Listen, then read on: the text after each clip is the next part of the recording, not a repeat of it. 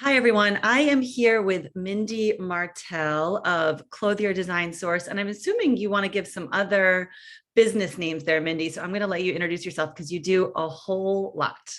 Sure. Yeah. So I own two companies, Clothier Design Source, which is a apparel factory. Also the Apparel Mentor, which is like a educational community. And I also am an author of a book called Get It Made, Build Your Clothing Line from Idea to Reality.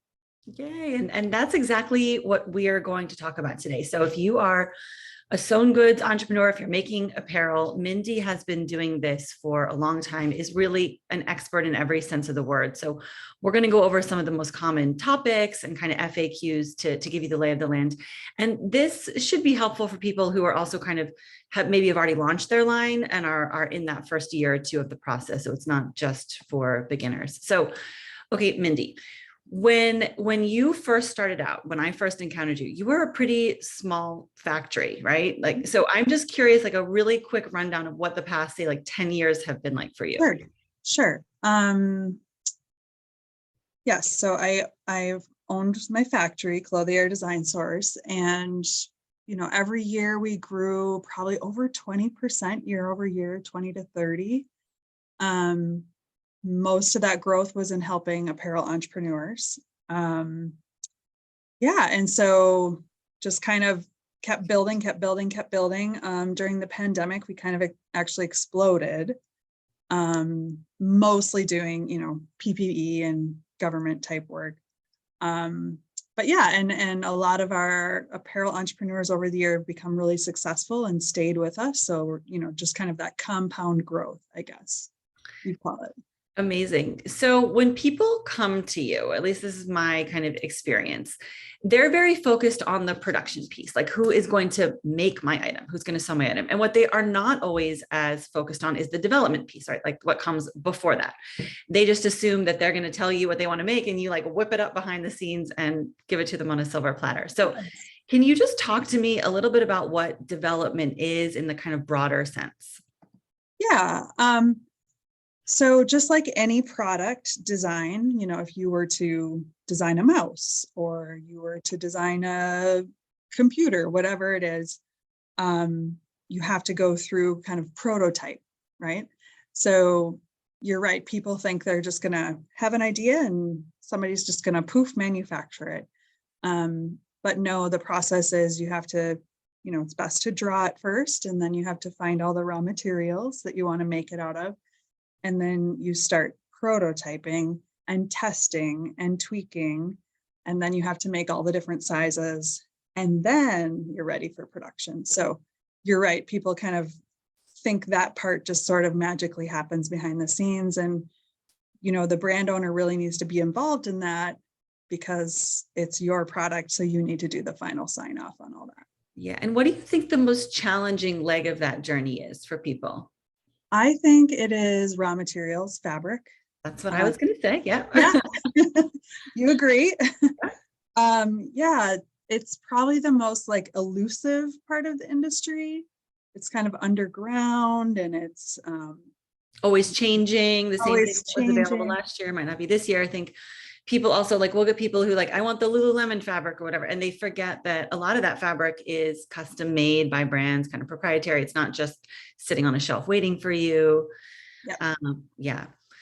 Yeah. Fabric part is very confusing.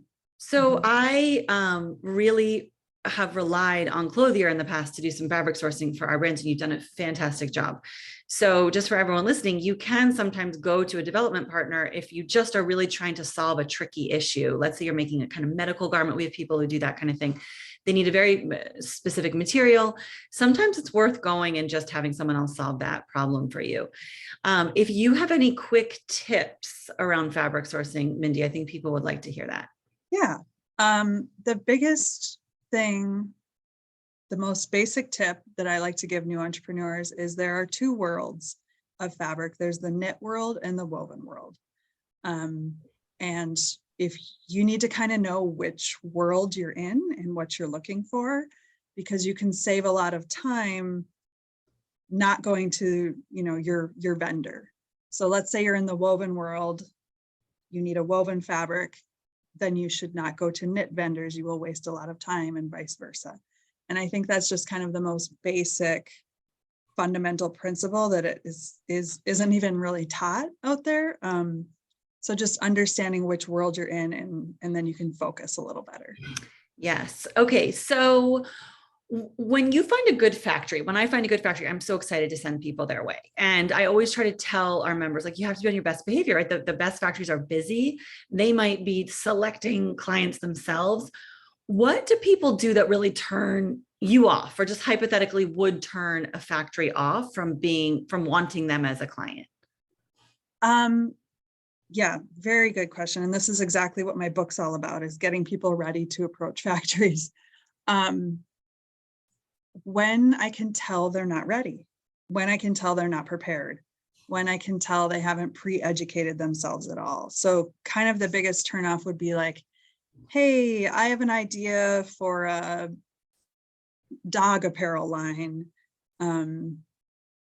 Can you help me? And there's nothing in their email or correspondence that indicates they've thought about how many styles they want, and what the purpose of their line is, and if they have any development done yet, or they just think it's gonna, like I said, gonna skip from idea to manufacturing.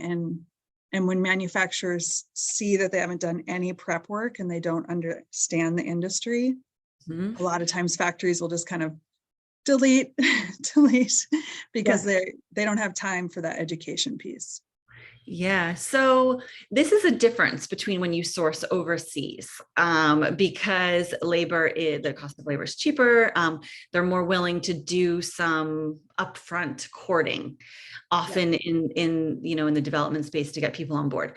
What do you think, from the user experience or from the customer, the client, what is the difference between working with a US factory and an overseas factory? So obviously cost and things like that go into it, but what about the user experience and their kind of experience going through the process? Yeah, good question. The US factories are more what we call CMT, or cut, make, and trim. And that means that's what they do. That's their duty. They're going to cut your product, they're going to trim it, and they're going to make it. Overseas factories will generally go through that prototyping process with you. They're going to find your fabric for you. They're going to be heavily involved in that development process. Many of the US factories expect you to either have that done already, or to project manage that, to really understand what the next steps are. They're going to expect you to say, okay, next steps, I want you to change my pattern this way and do another prototype. They're going to expect you to lead the process. That's kind of the biggest difference, I think, from going overseas to. Which is really a psychological thing for people to take on. That is really the difference, because they come to a factory expecting the factory to kind of do that. We use it like the mental load. We use that at home, right? Like in domestic tasks, who's taking on the mental load. And I think that's the same when it comes to production. Like, it is you to organize everything, and you are giving instructions, unless you're paying someone else to do that specifically. Yeah. Okay, let's talk a little bit, changing gears a little bit, about tech packs. So do you think it's ever okay for an entrepreneur to go to production without a tech pack? Let's say they have patterns made, they have like kind of basic spec sheet, they don't have the full blown, they haven't invested however much money to get the tech pack made. Are you a yes or no to that? I mean, it's your insurance policy, right, is how I look at it. I know a lot of people that get away without doing it. And really, if you get away without doing it, it's because you have lucked out and you've got an amazing factory partner, right? So really, I would highly recommend not doing that. But yeah, it's your insurance policy for quality. It's to make sure that, when you receive your shipment, it's documentation saying, this is what I wanted. You didn't match it, so therefore I need compensation or a refund or repairs or whatever it is. So we should also, I'm just realizing we should define tech pack. I'm assuming people listening know exactly what it is. Can you just give us a quick rundown? Sure. It's just like a blueprint for your product to be manufactured. It teaches the factory how to build it, what kind of seams to use, what sizing, sort of trims are placed where. Yeah. So for anyone listening, if you, for some reason, are making, I'm thinking of a project like a really simple, like a hair towel, right? A square, you know exactly where the label's going, you know, you've agreed on everything. You may be in the category of people, if you're working with a great factory who's not, it doesn't really care, you might get away with it. But at a minimum, you should have really detailed photos of the samples you've approved, almost like kind of making your own. If you are making an overcoat or like a backpack or something more complicated, it's going to be troublesome because there's just a million details for you to remember. Right. Okay. So what about pricing? Do you ever weigh in? And this probably happens on the education side of what you do. Do you have one formula you use? Do you stick to Keystone price? Like, how do you approach that topic with people? I just give them, basically Keystone rules, saying, which generally is, I just say times two is really what I say. So if your factory's giving it to you for $10, and then you want to wholesale it for 20 and retail it for 40, you just double it twice. And then I obviously say some companies have way higher margin than that, and some companies have way lower, but that's sort of like the starting place and kind of massage there. Yes. Yeah. Yes. Okay. So I know from my vantage point, I see pretty similar characteristics between brands who make it and kind of those who don't, right? And both on the actual brand and product side, but also on the entrepreneur side, like who they are and how like there are certain characteristics. Yeah. I'm curious what you see between the ones that just like they have it and they make it happen.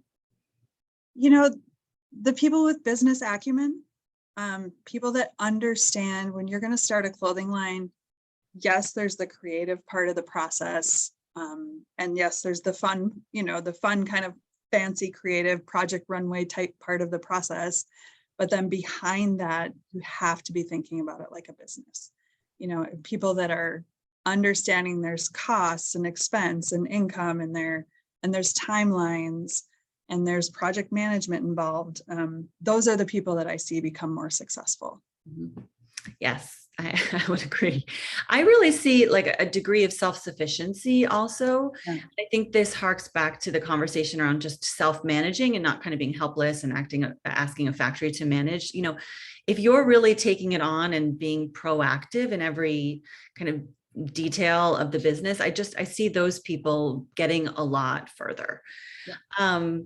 So obviously there's experts like you that people can lean on, but what about entrepreneurs, brands supporting each other? I'm assuming you have built a great community in the Apparel mentorship. Like, how do you see them supporting each other, and what can other people do to imitate that? Yeah, you know, in the Apparel mentor community, when people join, we meet once a week with them as a group, and so it's as much of a support group system as it is like a mentoring coaching system. It's pretty awesome for everyone to understand, because the process is intimidating. So when people enter it, they think they're the only ones that are intimidated by the process and they don't understand the industry. So if you can become part of a community of other apparel entrepreneurs in any way, it's more of like a uplifting support group of like, hey, you're not alone. And you're also learning from each other's questions and problems. So that's what we've seen. That's wonderful. Okay, I had a few questions come in. So we asked, you know, what people want to know about starting a clothing line. So I'm going to give you those now, just a few. Is there an estimate that you tell people to expect for development costs? And I know this is really going to range. So for people listening, right, if I'm developing that hair towel versus that overcoat, it's going to really drastically be different. Sure. But if we're just talking about some sort of averages when they're coming in to get production ready, pattern samples, all this stuff, grading, is there a range you give people? You know, I would say $3,000 to $10,000. Per product, which I know is a huge range, but like you said, are you building a 1-bedroom house or are you building a mansion? Yeah. That's a great answer. And when they get into the higher costs, so can you speak to how worthwhile it is to work with a partner, because I think people really, really underestimate development costs. So it's like a one-time investment that you're making to set your product apart from others, right? So for you to go, there are people out there who will do it for 500, that will do it much more cheaply. Do you have a lot of people coming to you who have gone that route and kind of wasted the money and then have spent it with you all over again? Yeah, if I had a nickel for everyone's like, oh my gosh, I wish we would have found you sooner. I'd be like off and living in the Bahamas somewhere. Yeah. Yeah, so the value of using people that are experienced is, you can find on Fiverr and things like that, just really cheap tech packs or whatever. But the value of people having experience and knowledge behind that design is, obviously going to set you apart. It's going to make your garment fit right. It's going to make it be made out of, materials that are matching your desired outcome. And then of course the design is elevated. So it's really a partnership. But again, it's all about, the idea doesn't go from your head and then poof, it exists. There's an infinite amount of ideas, and to get those out of your head and create a brand behind it, you really need experts to do that. And what are some ways people can save money, right? So if I'm making like short sleeves and long sleeves, and I have like a similar body, similar material, and we're just essentially adjusting the sleeves, I'm assuming it's not that same cost for each one. Like, is there ways that people can think strategically so that they can maximize their offering without spending that per item? Yeah, exactly. So having one fabric that goes into several products is a really good way to save money. Having the same colors kind of go into those products. And then, like you said, renditions of a product. So if, we could spend a lot of time fitting that perfect long sleeve shirt for you, and then to go make it a short sleeve or a crop, or just change the neckline a little bit. All of those renditions are much more cost effective than like completely starting over with a brand new silhouette. Yeah. And that's what I tell people starting out, if you have a limited budget, to really pick like one top, one bottom, or whatever it is you're working on, and get creative with those just in the beginning, because you can use the same materials. It gives your customer a sense of kind of a wider options, but you're not breaking the bank. Yeah, exactly.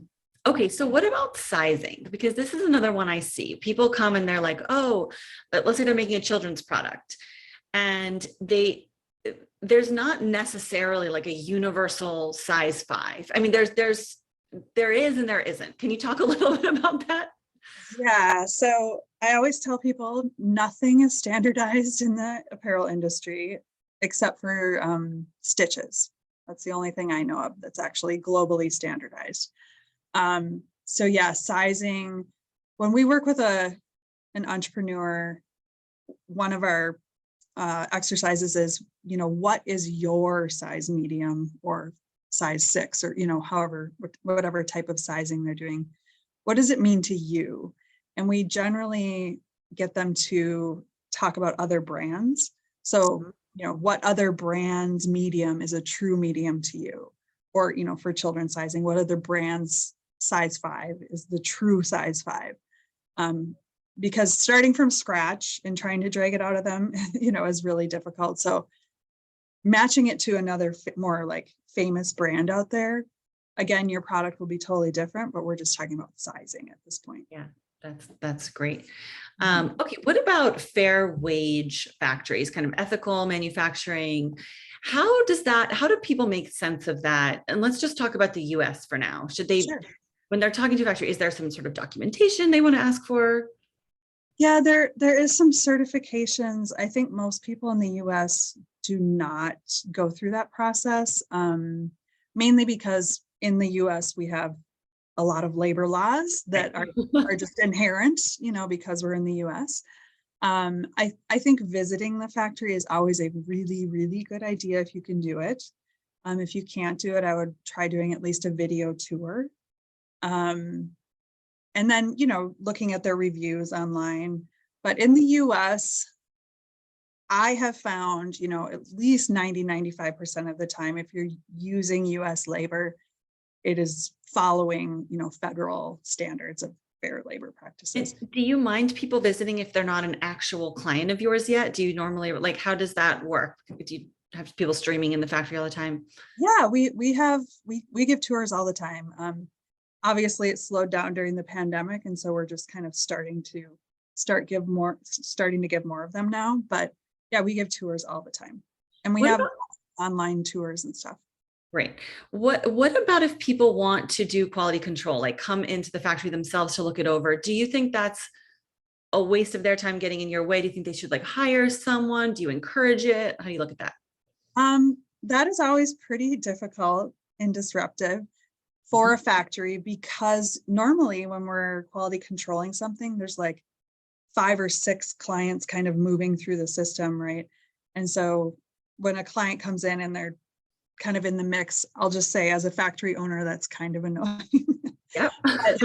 but so hiring somebody is great, like a third party, and going through the proper like pre-production, TOP, that kind of process where you're getting samples like overnighted to you right off the You line. explain to people what TOP is. Yeah. So TOP means top of production. So as your product goes into production, the best practice is getting the first few off the line, so top of production, hopefully overnighted to you, and you can take a look at them, and at that point, if anything's going wrong and they're not doing something right, you can stop the line before it gets too far. That's one of the best practices. So, or hiring like a third party to inspect it if you don't feel qualified. Do you have any agents that you like to work with in the US that you recommend to people? Most of the agents that I know are for overseas. Yeah, that's it. But I would say, like I said, most people in the US, I'm seeing them use that pre-production approval and that TOP approval process. And because we can ship so quickly, we usually, you're going to be able to stop any big mistakes before they get. And sometimes what people could do, and stop me if you think this is an annoying solution, but we'll say like you can go check those samples coming off the line. Just stop by the factory, be in the area. You don't have to get all involved, but you can see them quickly so that you're really operating in real time. And if everything is looking good, sometimes we'll have them do, if they don't have an agent, even just like they'll do that sample, they'll do like a little video call of like before, when everything's packed, and those can, if sampling has gone really well and you do those things, you normally will be okay. Yeah, agreed. Wonderful. Well, okay, that was the end of our submitted questions. I so appreciate you taking the time. I have one more for you. Yeah. Okay, so your book. I want everyone to read it. I downloaded it, so I'm in the process. Yay! If there were 1 or 2 things you just hope people get out of the book, what are they? That you need to get prepared before you start reaching out to factories or fabric vendors. I want them to take you seriously, and I want you to be ready for their questions. Your success rate is going to go way up. So that's the main thing I want people to take away from the book. Excellent, excellent, excellent. I co-sign on that. I so appreciate the time, and I know we'll be talking again soon, and thank you so much. Yes, thank you so much, Liz.